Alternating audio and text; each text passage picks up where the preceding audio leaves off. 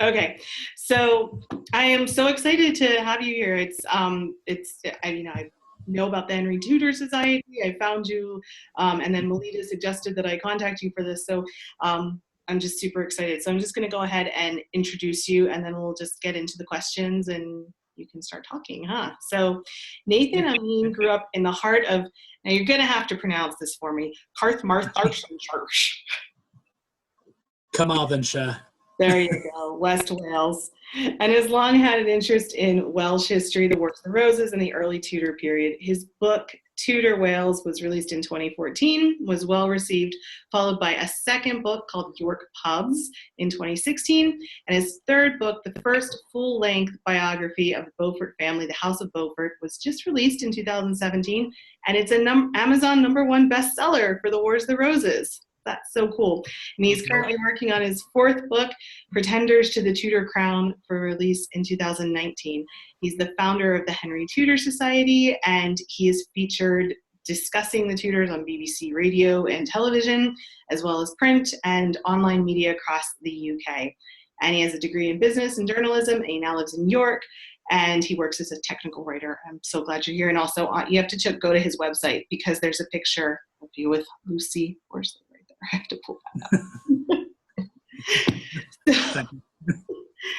So how did you first get interested in Henry Tudor and in this time period?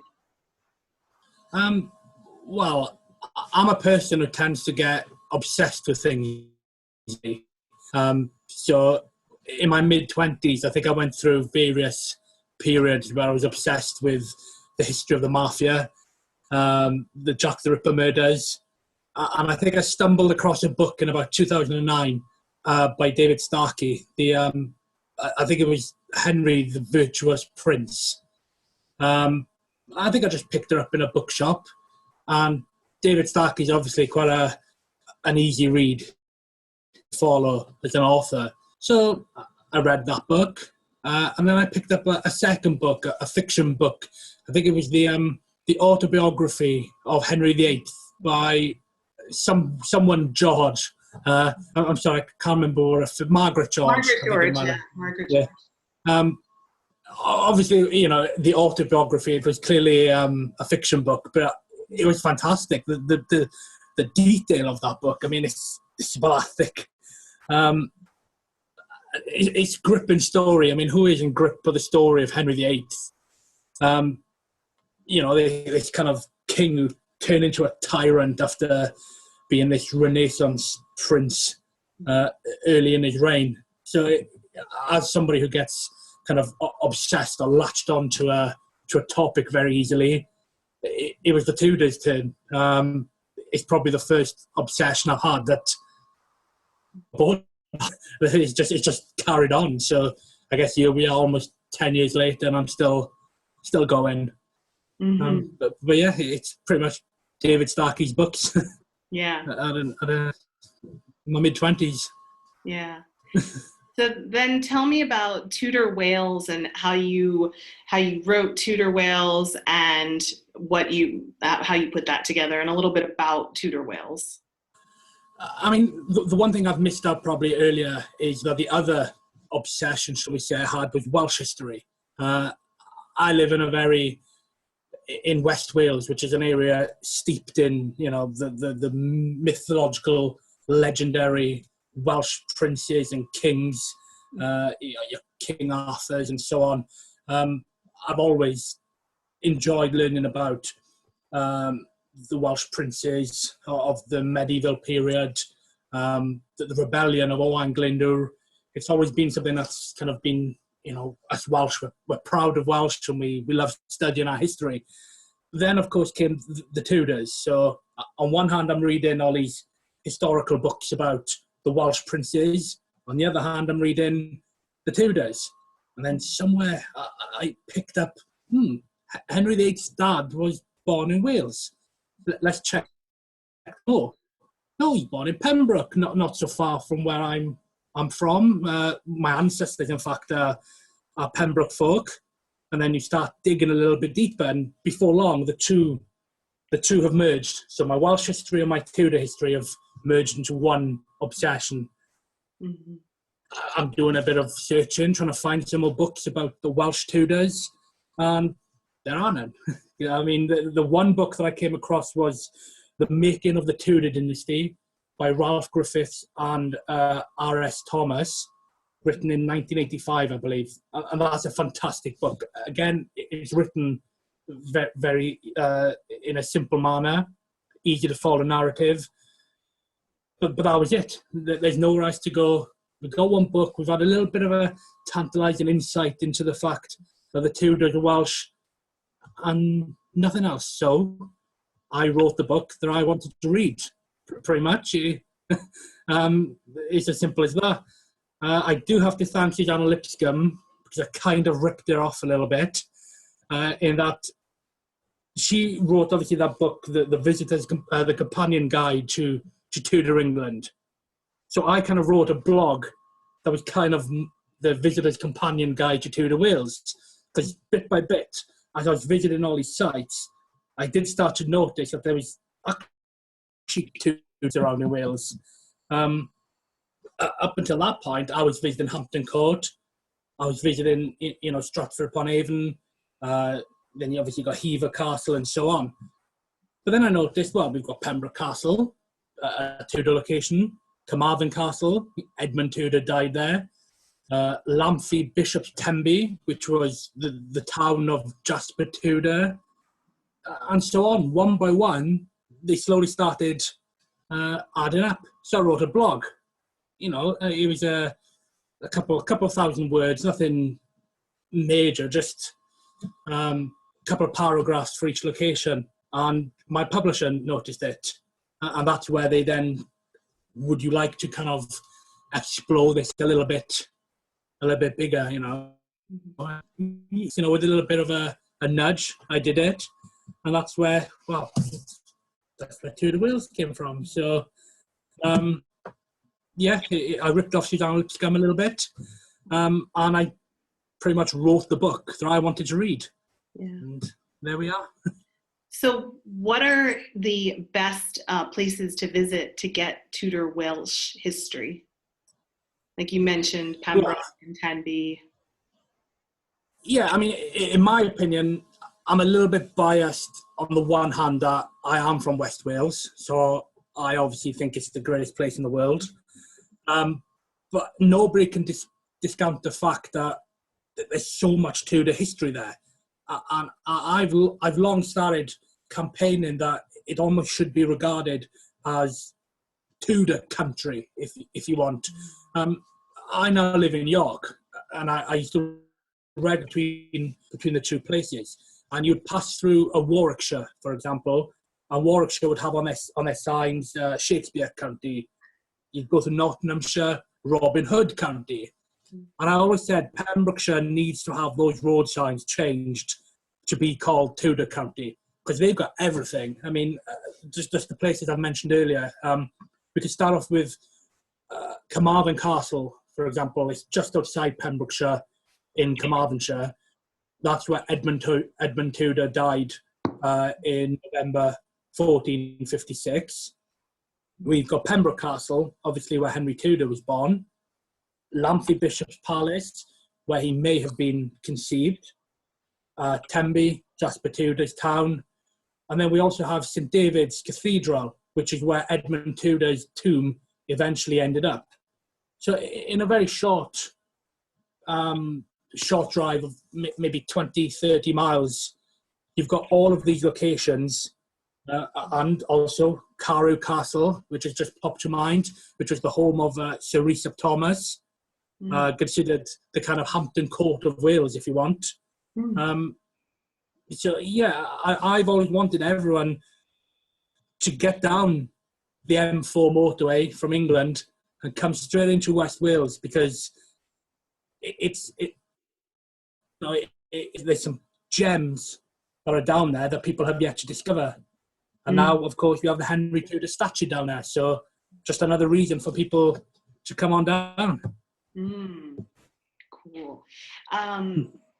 So tell me a little bit about the Welsh Tudors. There's Owen and Jasper, obviously, and you mentioned Rhys ap Thomas. What can you tell me about what the Tudors were doing in Wales and their story? I mean, I know they're Welsh, so they were there because they were born there. I mean, to first of all put things in very simplistic terms, we may have this idea of Wales as there is now, but historically it was pretty much many small kingdoms. And to make it more simplistic, generally speaking, we had a powerful North Welsh kingdom and a powerful South Welsh kingdom, two separate royal families, etc. Now, in the 13th century, the King of North Wales was Prince Llewellyn, and we know him as Prince Llewellyn the Great. And his seneschal, his right-hand man, so to speak, was a man called Ednyffed Vychan. Now, Ednyffed seemed to be a very capable soldier and politician, and he was Prime Minister of Wales, shall we say, and he came from a long line of Welshmen that allegedly went all the way back to the mythical founders of Wales, going back to Troy, and you're talking kind of King Arthur legendary status. So they had this really deep-rooted connection to Wales. Now, his descendants themselves were amongst the most powerful men in North Wales. Wales lost their independence in 1282 to England, but the Tudors, or what became known as the Tudors, I should say, Ednyffed's children, grandchildren, great-grandchildren, they remained quite important in North Wales. They were the only Welshmen at one point who actually were allowed to hold public office, because when the English took over Wales, all Welshmen were banned from holding public office and so on. There was something about them that they were given this kind of responsibility. Now, furthermore, Ednyffed actually married the daughter of the South Welsh king. So they were a North Welsh political family, but with royal blood from the daughter of the South Welsh king, which is why we always sometimes hear that, they weren't from any blood, the children of this politician. But that's not true. They did have ancient Welsh blood, ancient Welsh royal blood. Now, at the start of the 15th century, Wales erupted into rebellion under Owain Glyndwr, who, for those uninitiated, let's just call him the Welsh William Wallace. He tried to lead a Welsh uprising, almost became successful, but ultimately failed. His first cousins were the Tudors. They were the grandparents of the parents of Owen Tudor. So they rebelled against English rule. Ironically, the House of Lancaster, they were against the Lancastrians. And they obviously tried their best to place their cousin on the... That failed. And this probably led to Owen Tudor as a child leaving Wales, where his family's fortunes had been destroyed. The family had lost everything. They'd lost their home, their estates. They'd lost their position as the most powerful family in North Wales. For reasons that we don't exactly know, Owen ended up in London, or England in general. And that's where he slowly started to build his way up to a point where he managed to eventually marry the Dowager Queen of England, Catherine de Valois, which has recently become quite an historical, romantic fiction kind of storyline, I guess.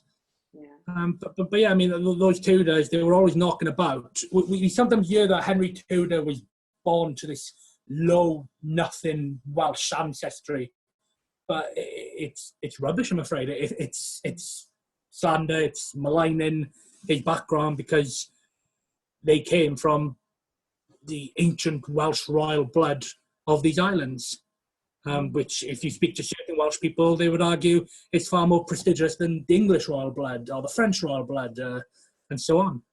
Oh. There we go. The Welsh Tudors, very important people. Yeah, you're really passionate about this. I love it. And so that then leads you us. I don't get to talk about it often, so. Yeah. No, it's great. So then tell me about the Henry Tudor Society and what your work with that is. Yeah, it's similar to the Tudor Whales idea. I got really into Henry Tudor. I was, studying him, reading everything I could possibly get my hands on.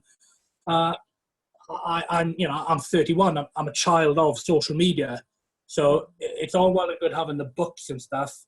But I want to see what's on the internet. You do a bit of searching. Mm-hmm. Nothing. There's nothing about Henry Tudor. Nothing about Henry VII. Going back maybe 2011-ish. And then, of course, came the discovery of Richard III. Mm. So all of a sudden, the Richard III Society was in the news a lot. I hadn't really heard of it too much about it. And I remember I was visiting she's my wife now, but she was my then girlfriend. I was visiting her, and while she was at work, I was actually sat on the bed watching the press conference, which unveiled that it was actually Richard III. The Richard III Society, left, right, centre. And I thought, they could do with a Henry Tudor Society. Why wouldn't that work? So I did a bit of research. I had a look around. And yeah, I'm coming across some other societies then. As I mentioned earlier, sometimes I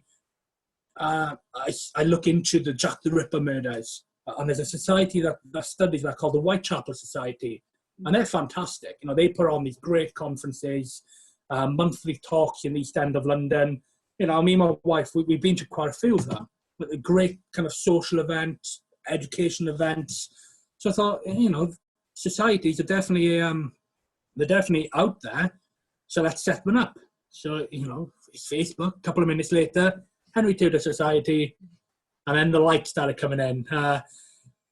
For every one like I got, I think I got about 5 Ricardian trolls coming on, giving me grief. Yeah. They were down my throat for the first couple of weeks, but gradually, I think they all just disappeared and went back whence they came. And here we are, 3 or 4 years later with an online society with 17,000 likes and a website, and so on. So again, it's creating something that I wanted as a consumer. So if no one else is going to do it, I'll do it. Right, for sure. So tell me what your aim is. I know the Ricardians are out there saving Richard III's reputation and saying he didn't kill the princes in the tower and all of that kind of stuff. What is kind of your mission statement, and why do you think the world needs a Henry Tudor Society, and what kind of I suppose sort of ideas about him do we have that we need to rework? And, yeah. Well, I mean, one of the reasons I created the page as well was that I think a lot of my friends and a lot of my social colleagues were sick to death of my Tudor posts. All my friends are into rugby, they're into football. People I work with, they're perhaps into boxing, Game of Thrones, whatever the case might be. And here I am, all of a sudden, just hammering their news feeds with Tudor this, Tudor that. Nobody cared. People used to say, we don't care, you're boring us. Create the page, move it there, and like-minded people can start to discuss. I've got no grand aim of, making Henry Tudor this amazing, wonderful saint. I think he's a very interesting person to study. I do think, ironically, that he is now perhaps the maligned person, the maligned king in the last couple of years, because there's this idea that we want to unmalign Richard III. What do? Let's attack Henry VII. I don't see why that is so. They're not exclusive. I mean, study Richard III, work on malign him, but it doesn't mean everything on this side is wrong. The world is not black or white. It's more complex than that. So at first, it's a place just for me to kind of post some interesting Henry Tudor pictures. Or I spend a lot of my time visiting historical sites. I know the vast majority of my followers are American. Perhaps they're never going to see this. For them, looking at, I don't know, Warwick Castle or Hampton Court is for me looking at New York, going, oh, I'd love to go to New York again, or whatever the case might be. But there's definitely a concerted attempt to try and at least answer. It's a two-way street. I can post stuff about Henry, but I also see a lot of the stuff coming back. Oh, Henry did this, Henry said that, but he didn't. So let's try and answer that. A couple of weeks ago, I read Josephine Tay's The Daughter of Time. All the Facebook groups I'm in, all the websites I go on, you always get the same idea about Henry Tudor was a bad man. Henry Tudor dated the reign of Bosworth a day before the battle. What an evil, horrible man. It was irrelevant. He did it, but ultimately it was irrelevant. Nobody lost their lives through it. Nobody lost their land through it. It's just nonsense, really. Henry Tudor did this. Henry Tudor said that. And it all comes down to Josephine Tay's book, The Daughter of Time. So I see a lot of these one-dimensional arguments against Henry Tudor on these Facebook groups that can be defeated just by saying, well, he didn't do it. This is what happened. Sure. No, you're wrong. And then, there's no debate. There's no interest in listening to the debate. So, man, we'll use the Facebook page to hopefully try and correct some myths and some untruths, shall we say. And what I particularly like is the BBC History Hot 100 has just come out. The 100 most talked about or historical figures. Yeah, Richard came first. Of course, Richard's going to come first. But Henry came 12th, which I think is fantastic. I mean, going back to a couple of years ago, and I couldn't find anything about Henry Tudor. He's just this very little written about Welsh English king who, in books about the Tudors, generally got the introduction chapter before moved on to Henry VIII. Henry VII won the throne at Bosworth. He reigned for 24 years. He died. Anyway, Henry VIII, here we go, Anne Boleyn, wives. Now, the sheer amount of books that's come out about him, he's 12th in the History Hot 100, 17,000 people like a simple Facebook page about him. So, people are catching on, I guess. They're trying to find the real Henry Tudor, just as long as Philippa Gregory doesn't destroy him too much with the White Queen. Is the reason why we need a Henry Tudor society, I guess. But yeah. I'm not going to try and preach to people. If they don't care, they don't care. Some people are never going to listen. So yeah. Well, what do you think are 2 or 3 of kind of the stereotypes of Henry Tudor that we have and that aren't true, so you could disprove, debunking Henry? Debunking Henry, well, that he was a miser. Henry Tudor was a mean old miser. That is straight up Josephine Tay. It comes from The Daughter of Time, and it gets thrown at my society, it gets thrown at other people online, almost verbatim from the book. He was so miserly. But that's absolute gibberish, Whales. There's a particular quote I recall from, I think it was the Milanese ambassador who visited the Tudor court. And he noted that when he came to see Henry, he was stood behind the throne and he was in a very rich collar full of giant pearls and diamonds. I think he said that on top he had a big pear-shaped pearl. This was a king who looked rich when he wanted to, and he did. he regularly bought presents for his daughters. In no way, shape or form is there evidence that Elizabeth of York was kept with tin foil or on a shoe, or the phrase might be. One only has to look at what happened at Sheen Palace in 1497. This historic English royal palace burned to the ground. Henry rebuilt it, and it was a magnificent Tudor palace that, lived on through the reign of Elizabeth I. One of the most magnificent palaces in Europe. You don't do this if you're a miser. You don't spend money. He had a gambling addiction. He regularly gambled playing cards. Again, doesn't read like a miser to me. Yeah. Yes, definitely the miser thing is one of the most easily debunked myths, yet it persists. People only want to believe what they want to believe. The thing about Henry Tudor being this mean man, again, there is so much evidence that when people met him, he was personable, affable. He had a cheery countenance when he spoke to people. This was a man who was allegedly quite charismatic, but apparently he was mean. Mm-hmm. The one that I hold quite dear to myself is that Henry Tudor didn't care about Wales. He hated Wales. Once he left, he used them to win the crown, and then he left.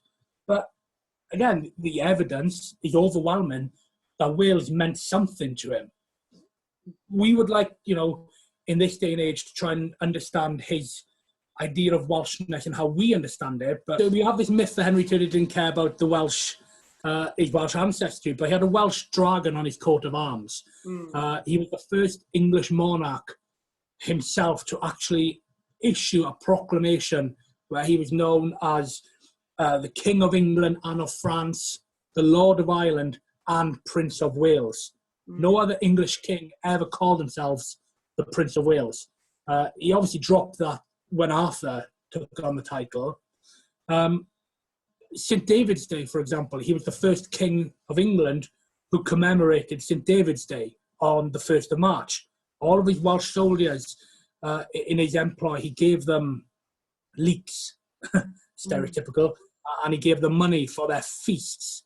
So that is something I like to try and dispel, is this idea that Henry Tudor didn't care for Wales, because, again, the evidence is against that. So all we can do is keep on hammering the point, and hopefully people will pick up. Yeah, that's great. So then tell me a little bit about your new book about the Beauforts and what went into writing that. And also, K.L. Clark recently wrote a book called The Nevilles. And I thought that's quite an interesting little project, because they're a fascinating family and there's so much to write about. So what about one similar, but about the Beauforts? Now, my knowledge of the Beauforts really was Margaret Beaufort, the mother of Henry VII. You can't learn about Henry Tudor without knowing about Margaret Beaufort. So I knew her story quite well, but I didn't quite know how the rest of it all came together. Generally speaking, I only really studied the Wars of the Roses period. So the 100 Years' War, Henry V's great victory at Agincourt, that's never really been something I've been interested in. So this was a book that was an opportunity really to try and prod a little further back in history and just see what was there. So yeah, I decided to take on, I pitched the publisher really about the idea of this book. I thought it could work well, a kind of 100-year biography, because really that's all the Beauforts were around for, is 100 years. They were born in the 1370s to John of Gaunt, his 4 bastard children, and the male line was completely destroyed by 1471 at the Battle of Tewkesbury, which is how the lineage went on to the Tudors through Margaret, because all the male members had all been killed out. So it's a case of going back, looking at all the source material, or as much of the source material as possible, the chronicles, the patent rolls. You're looking at how and when they were given their land grants, etc., and trying to put it into sort of coherent biography, which proved to be a lot harder than I anticipated. But I'm a little bit biased, but I think the Beauforts are an unbelievable family. There's so many great personalities and characters that exist. I'm writing a new talk at the moment to give soon for the launch of the book. And at first I thought I'd give a quick overview. It's impossible. There's just too many fascinating people within the 100 years. So I had to pick one. But in theory, I could probably give 10 talks and 10 different Beauforts. They're just... Yeah. When did you pick for your talk? Thomas Beaufort. Now, Thomas Beaufort was the youngest. We had John Beaufort, we had Henry Beaufort, Thomas Beaufort, and Joan Beaufort. Now, the eldest, John Beaufort, he was the one who, after the Beauforts were legitimised, became the nobleman. So he became the Earl of Somerset. He was the direct ancestor of Henry Tudor. Henry Beaufort became the churchman. So he entered the church. He became Bishop of Winchester, Bishop of Lincoln, and eventually Cardinal of England. So Thomas Beaufort was the third son, illegitimate son of a duke. So there was really nothing for him to do other than become a soldier. Maybe with a bit of luck, he might be able to do something. But his life is just one trajectory straight to the top, and that's simply because of the man he was. I've never come across a more capable person. I mean, he started off quite minor, the captain of Ludlow Castle, and he got appointed the admiral of the fleet, which is quite a grand title today. But back then, the fleet wasn't up to much. A couple of ships just to fend around the coasts, perhaps stop piracy. But, within a couple of years, he was granted not just the admiral of the fleet for England, but Ireland, Aquitaine, which was still in France, which was still under English governorship, and Picardy. He soon became such a capable soldier that when war was declared with France in 1413, it was he who was sent abroad, across the Channel rather, to lead the attack. For that, he was made the Earl of Dorset. So he built himself up from a soldier to become an earl, which was a great start. But he just carried on. I mean, we had when Henry V went to war with France, obviously that famous victory at Agincourt and all that. The English had taken the town of Harfleur on the French coast, and it was Thomas who was asked to stay behind and hold that town while the main English army went back to England for the winter. Mm-hmm. Because when they were coming back, they needed so much land. So it was in Thomas Beaufort's hands to hold that. And the French, they bombarded him all through the winter. They kept on at him, and he held off that town. He held off the attacks, rather. So Henry V managed to come back, and on went the English. Within a couple of years, they'd taken most of northern France. So I speculate that this wouldn't have happened. Henry V been as successful as he would have been if it wasn't for Thomas Beaufort, who was his uncle, holding on for dear life in France. And he did so well that he was given a dukedom. So he became the Duke of Exeter. So at the time he became the Duke, there were only 3 other dukes in England at that time, and they were all the king's brothers. So you had the 4 royal sons, and then Thomas Beaufort. It was a sheer sign of how esteemed this man was. Didn't finish there. You thought, okay, this third son, he's built himself up to become a duke. Astonishing. But Henry V then died, leaving England with a 9-month-old old king.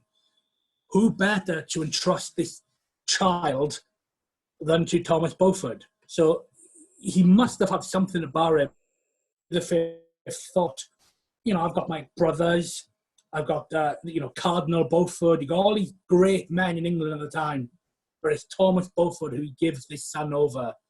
And yeah, for the next 4 or 5 years, Thomas Beaufort remained the guardian of the young Henry VI.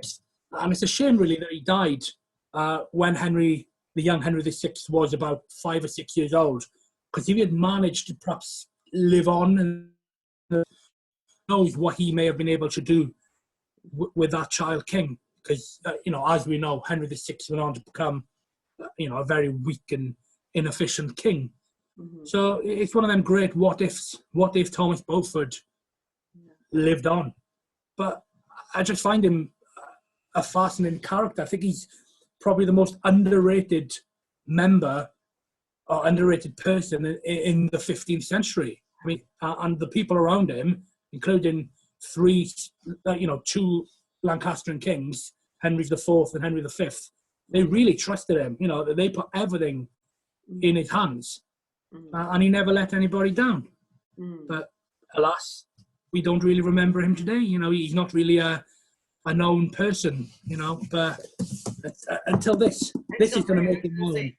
You are now doing PR for Wales. You're doing PR for Henry Tudor, and now Thomas Beaufort. So there'll be a Thomas Beaufort Society soon. You watch.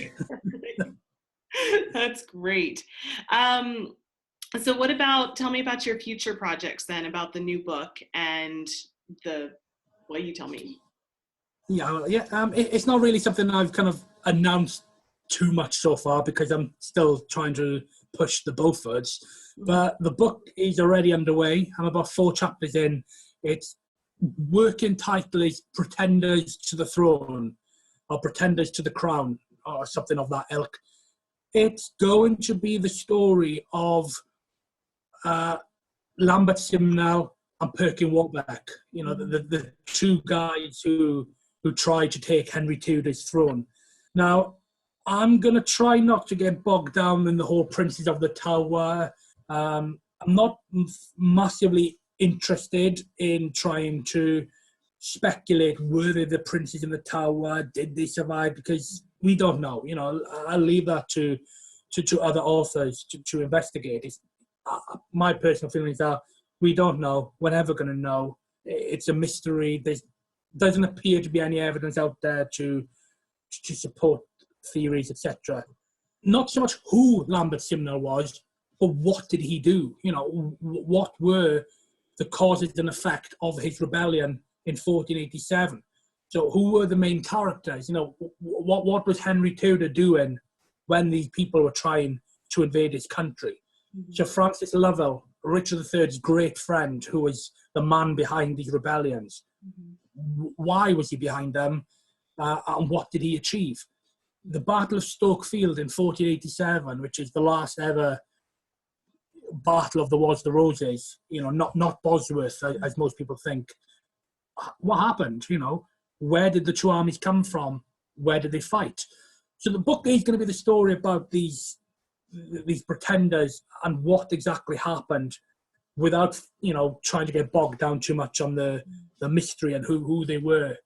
So there's also everyone knows of Lambert Simnel, everyone knows of Perkin Warbeck. Two fantastic names. They've got to be made up. Incredible names, shady characters. Scared the bejesus out of Henry VII for a decade. But there's also a third pretender called Ralph Wilford, which people don't know about, and I'm particularly looking forward to trying to get stuck into to finding a bit more. But, all we ever get told is that he came, he appeared, he said he was a prince, and they hung him. But I'm trying to find out a bit more about him. So. Tell me what you know about him. What years were that? Where did he? What do we know about him? I haven't quite got there yet, so okay. I just know that he was hanged. 1499. So it's the same year, incidentally, that Perkin Warbeck was hanged, along with Earl of War, which is one of the kind of crimes against Henry VII, if you will. Tragedy, very, very unfortunate circumstances. But there was obviously something going on that year. That was a very kind of tumultuous year, really. Plus, we had the whole Spanish wedding and being discussed and raised. But so I'm looking forward to trying to work out where exactly this Ralph fit in and why. You know, read my book in a couple of years, and hopefully I'll have something. Nice. So that's a good segue. Where can people learn more about you, and how can people follow you and learn more about your projects?